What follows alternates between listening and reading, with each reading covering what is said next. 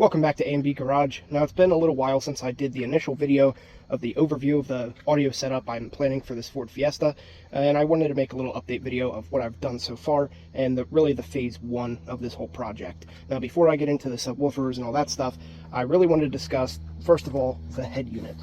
So I really want to focus on head unit because even if you have really high dollar door speakers and a really good subwoofer, your sound is not going to sound good at all if you don't have a good head unit.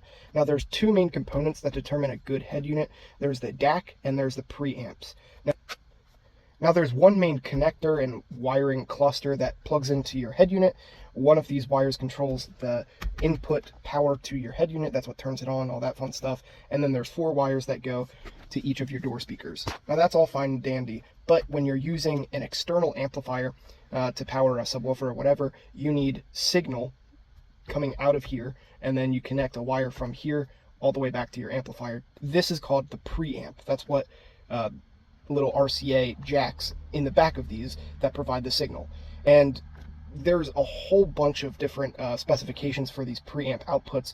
Typically for the cheaper head units, these there's only two preamp outputs, one pair right and left RCA jacks, and these are typically only 2-volt outputs.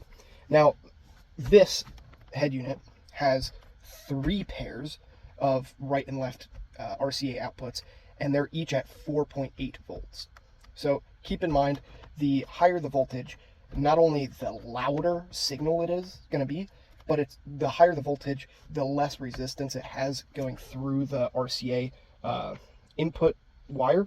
So if you only have 2 volts, by the time it gets back to the amplifier, the signal is going to be a little bit weak, and therefore you're going to have to turn the volume of the amplifier up a lot more. The 4.8 volt RCA, the amplifier back there is getting a lot more voltage, and that means that the audio signal is clearer, it's more refined. On the old head unit that I was using, there was 1 pair of RCA outputs, and they were at 2 volts. Since there was only 1 pair of RCA outputs, I had to split them. And when you split them, that halves the voltage and doubles the resistance. So with that being said, now with this, having 3 pair, I can power the front and rear door speakers separately with separate signals. And I can also run the RCAs through this bass knob back to the subwoofer amplifier, and it'll sound so much better.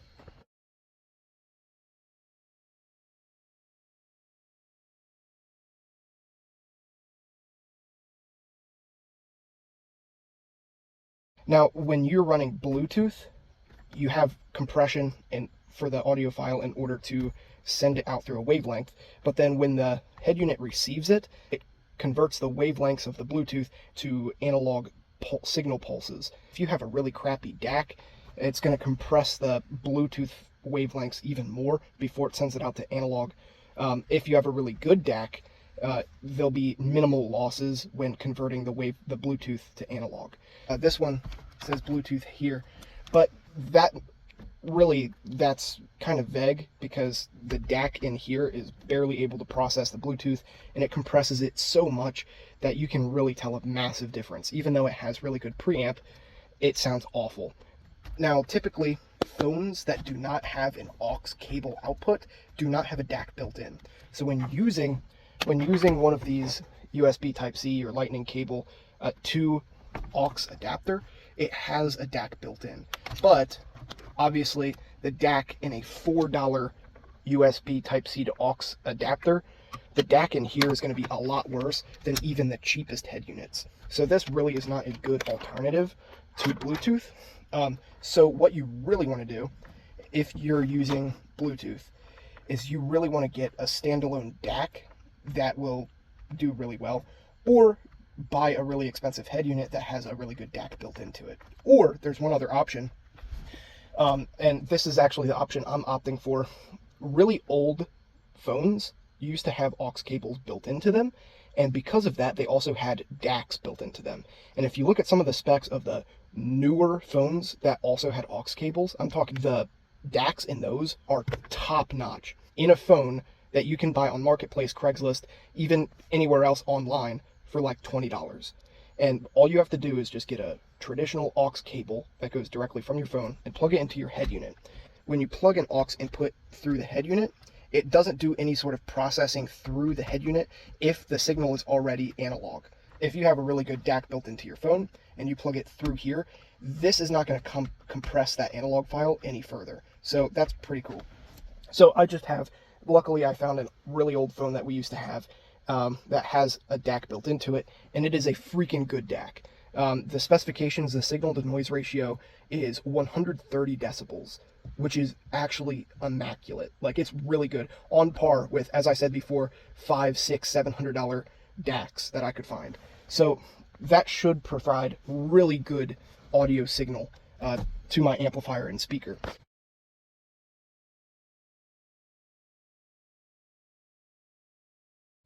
Sorry for taking so long about the head unit. Now I want to talk about the door speakers. Now, the front door speakers are always the most important in your car because they're the closest to your driver. They also set a really good stage for the people sitting in the back as well. Now, there's two different types of door speakers, component and coaxial. First, coaxial, basically there's the mid-driver, and then there's the tweeter built in, with the crossover built in as well. The subwoofer does really low frequencies, and then after 60 hertz, the mid-range takes over, and then for really high frequencies, we're talking like really shrill voice lyrics, or especially horns, trumpets, the tweeter takes over. And so, in order to have really good sound quality, the tweeter and mid-range are very necessary. And so the coaxial has that built into it, both of those built into the same speaker, whereas the component has both of them separate. So the component speaker is mounted up higher here, and the coaxial, or the mid-range, is mounted down here. Now, in order to have good sound, there should be a crossover, it's called, and basically there's one signal wire coming in, and then the audio frequencies, the audio signal, is split through a crossover, and the crossover basically divides it, so the mid-range is getting the lower midder frequencies, while the tweeter is only getting the highs. So that's called a crossover. Now, the coaxial, as I mentioned before, the coaxial has that crossover built into it, whereas when you have component speakers, there's a separate crossover that you can typically tune. And you can kind of tune like what frequency they separate at, which is really cool. With also component speakers, you're able to mount the mid-range down lower, which smooths out some of the lower bassier notes, and then the component speaker, the tweeter, is mounted up higher, which is a lot better for clarity and whatnot. Now, the door speakers I have mounted in here are pretty nice Focal ASE 165 Auditor Evo speakers. These things are actually immaculate. So these things they sound amazing. I think I paid $160 for this pair. Probably the best door speakers I've ever heard. And for routing, I probably should have done this better, but basically this is how I have the speaker wire routed. Now the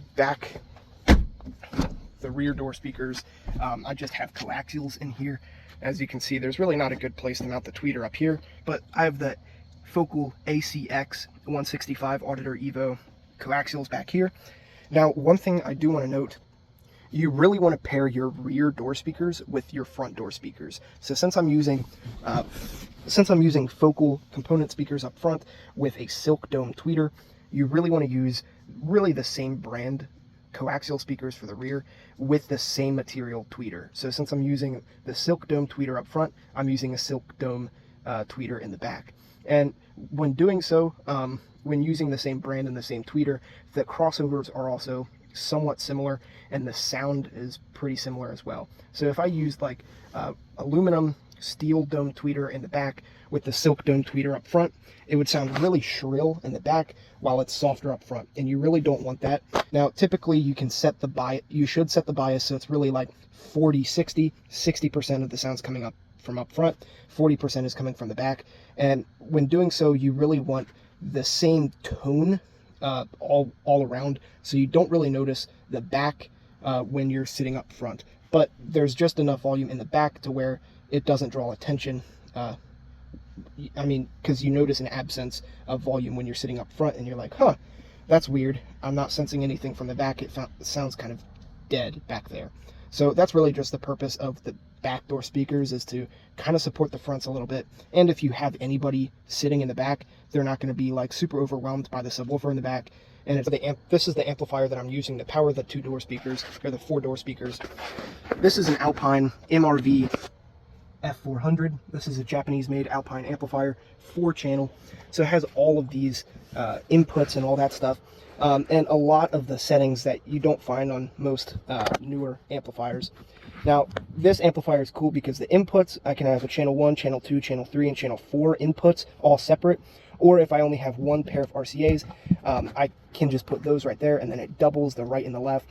So now you have the mono setting, which basically ties channel 1 and 2 together so it can power like a subwoofer or something like that. Stereo basically powers channel 1 and 2, but for the same audio signal. You have high and low pass. Basically, high pass weans off all the frequency below what this dial is set at, and then the low pass weans off everything above that frequency. Now right here I have the frequency set at 75, which means all the frequency lower than 75 hertz doesn't get sent to the door speakers. Now the gain, which is the volume, I have set pretty darn low because the voltage of the head unit provides a lot of signal. So if I turn the gain up higher, it'll sound super loud. So I really don't want that. Now you have the same exact settings for the other 2 channels as well. Now this is a really darn good amplifier. It's made in Japan, but of course being made in Japan doesn't specifically mean it's good, but the signal to noise ratio on this amp is 100 decibels, which is really good, especially in today's standards. But also the distortion is very low, and being a Class A.B amp, I really don't expect anything less from this thing. Now, this is an older amp. I was able to get this thing pretty cheap just on Facebook Marketplace.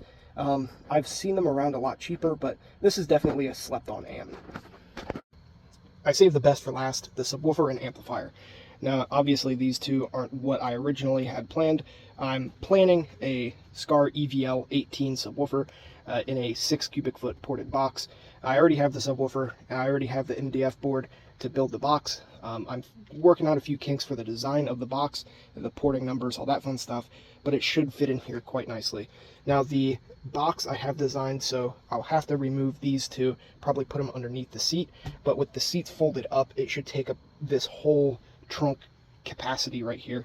And then the subwoofer will be mounted about this high, leaving about a foot almost right here.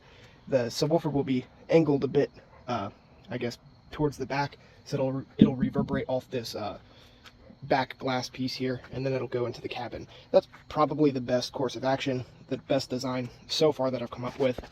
And I'm planning on using one 6-inch aero port mounted on the front part of the box. So that should give me a tuning frequency around 25 hertz. I'll still have to mess around with the port numbers and all that, but I'm aiming for 24, 25 hertz. That's super low for most car boxes, but I figured with this really small car and the big old honkin' 18-inch, it'll be really happy around there. Now, I really don't listen to super bass heavy music a lot. I just listen to a little bit of reggae here and there, and then some kind of classical music. So it sounds really good with the subwoofer barely turned up at all. But when I do listen to really bass heavy music, I'm listening to uber low bass. So that should really give me all the low bass I really want. Now, the Scar EVL I'll be using is rated for right around 1250 watts RMS, but I've heard a lot of people say it can handle upwards of 1500 watts with very low distortion, as long as you're not pushing it super heavily. Now, it also has an excursion right around 24 millimeters, so that'll just be immaculate for this sort of thing. I keep using that word, but it is going to be amazing. Now, this amplifier I'm using is a CT Sounds CT 1500.1D. It's a 1 ohm stable Class D monoblock amplifier. It should produce 1500 watts RMS. From CT Sounds and Williston Audio, they dynoed this thing, and it made right around 1600 watts RMS, or around 1800 to the clipping point at like 0.1 ohm or 0.5 ohm, something like that. So this should be pretty darn good. I've tested these things with these two Cerwin Vegas, and this thing really thumps, but it doesn't overheat, which is great. So I've used this in the past with the 15-inch, and now with these, and this amplifier sounds really good. Now, this isn't my first pick for an amplifier. Typically, CT Sounds and Scar, like the cheaper amplifiers, aren't exactly great, at least not Scar. But I found this for $50 on Marketplace, so I had to pick it up, and it works pretty darn good. Now you might notice, what are these two big 15-inch subwoofers doing in here? Well, I have all of this stuff hooked up and wired, but I couldn't wait long enough to get the 15-inch or the 18-inch in here, so I had these. My dad actually had these laying around, so I put them in here. So these are old Cerwin-Vega VMAX 15 subwoofers. They're rated for right around 13 to 1500 watts RMS, but I really don't think they can do that. They're here in these 2 cubic foot sealed boxes. They sound really good, really tight bass, but of course the sealed box really limits their SPL output. And I mean, you really can't get any lower than 30 hertz, 40 hertz with these sealed boxes. But that's why I have 2 of them. So with the 2 in here, it matches the SPL of the 15 in a ported box, but the tight punchy bass is really unmatched. So that's really darn cool. So I have both of these wired to final ohm resistance of 2 ohms. So this amplifier outputs right around 750 watts RMS at 2 ohms. So that means that collectively these have like right around 750 watts RMS going to them. So that's a lot less than what it takes to blow these things up. So I have the gain on the amplifier turned all the way up. I have the gain on the bass knob all the way up on these, and these things thump. So that's pretty cool, especially considering these things are like 20 some years old. Now, just to wrap up, I do want to mention the wiring that I have going on here. Now, this is a 1 gauge wire going all the way to the front to the battery with a 250 amp fuse. Now, this whole setup right here probably doesn't use close to 250 amps, but when I am running the 18-inch subwoofer, I will probably use that 250 amp fuse to the fullest of its abilities. Now, I'm probably going to need to use a thicker gauge wire when I use the 18, but we'll see how it goes. This is the ground wire, also a 1 gauge, and it goes right to the mounting point of this little thing here. I grounded down the paint on the frame, and it's a pretty sturdy connection. And I have these Y splitters that I'll probably definitely change out when I get the big subwoofer in here. And this is just 4 gauge wire going to each of these, both ground and power to both of these amps. So that's pretty cool. Thank you guys so much for watching. I'll definitely try to make an update when I do anything further, and I will definitely post a few videos when I'm building the 18-inch box. Alright guys, thank you so much for watching.